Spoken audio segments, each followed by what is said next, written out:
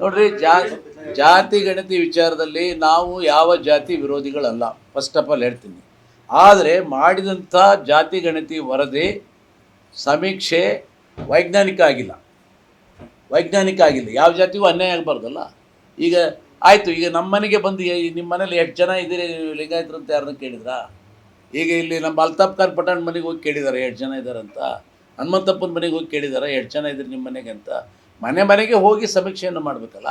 ಪ್ರತಿಯೊಂದು ಮನೆಗೆ ಹೋಗಿ ಸಮೀಕ್ಷೆ ಮಾಡಿ, ಈ ಊರಲ್ಲಿ ಇಂತಿಂಥ ಜಾತಿಯವರು ಇಷ್ಟಿಷ್ಟಿದ್ದಾರೆ, ಈ ಊರಾಯಿತು ಈ ತಾಲೂಕಲ್ಲಿ ಇಷ್ಟಿದ್ದಾರೆ, ಈ ಜಿಲ್ಲೆಯಲ್ಲಿ ಇಷ್ಟಿದ್ದಾರೆ, ರಾಜ್ಯದಲ್ಲಿ ಇಷ್ಟಿದ್ದಾರೆ ಅನ್ನೋದು ಬೇಕು. ಸುಮ್ಮನೆ ಕಟ್ಟಿ ಮೇಲೆ ಕೂತ್ಕೊಂಡು ಶಾನ್ಬೋಕಿ ಮಾಡ್ಕೊಂಡು ಇಲ್ಲ ಈ ಊರಿಗೆ ಎಷ್ಟಿದ್ದಾರೆ ರೀ, ಲಿಂಗಾಯತರು ಎಷ್ಟಿದ್ದಾರೆ ರೀ, ಕುರುಬರು ಎಷ್ಟಿದ್ದಾರೆ ರೀ, ಮುಸ್ಲಿಮ್ಸ್ ಎಷ್ಟಿದ್ದಾರೆ ಅಂತ ಬರ್ಕೊಂಡು ಹೋಗಿ ಅದನ್ನು ಇವತ್ತು ತಂದು ಯಾವುದೋ ಹಳಿಸಿದ್ದು 2011ರಲ್ಲಾದಂಥ ಜನಗಣತಿಯನ್ನು ತಂದು ಇವತ್ತು ನೀವು ಹೇಳ್ತೀರಿ ಆರ್ಥಿಕ ಮತ್ತು ಸಾಮಾಜಿಕ ಇದಕ್ಕೆ ನಾವು ಮಾಡಿದ್ವಿ. ಆರ್ಥಿಕ ಸಾಮಾಜಿಕ ಮಾಡೋದೇ ಈಗ ಅದನ್ನೇನು ಮಾನದಂಡ ಮಾಡ್ತೀರಿ ನೀವು? ಮಾಡಿದಂಥ ಜಾತಿ ಗಣತಿ ವರದಿ ಸರಿ ಇಲ್ಲ.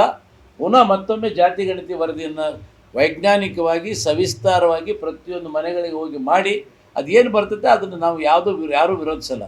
ಆದರೆ ಈಗ ನೀವೇನು ಮಂಡನೆ ಮಾಡ್ತೀರಿ ಸಂಪೂರ್ಣ ನಿಮ್ಮ ವೈಯಕ್ತಿಕ ಲಾಲಸೆಗೆ, ನಿಮ್ಮ ಅಧಿಕಾರ ಕುರ್ಚಿಯ ಭದ್ರತೆಗೆ, ನಿಮ್ಮ ದುರುಪಯೋಗ, ಈ ಅಧಿಕಾರವನ್ನು ದುರುಪಯೋಗ ಮಾಡ್ಕೊಂಡು ನೀವೇನು ಮಂಡನೆ ಮಾಡ್ತೀರಿ ಇದನ್ನು ನಾವು ಕಡಾಖಂಡಿತವಾಗಿ ವಿರೋಧ ಮಾಡ್ತೀವಿ.